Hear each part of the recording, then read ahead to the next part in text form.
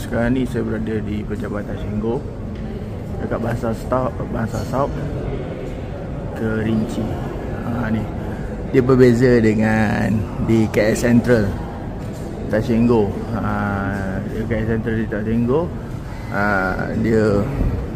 dia pun ada juga, tapi dia berbeza dengan Kerinci ni.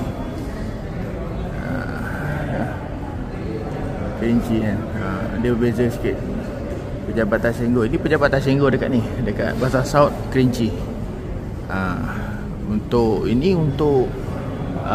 orang nak buat e-wallet di KL Central tu, untuk kad bayar bil semua kan. Ni untuk buat e-wallet.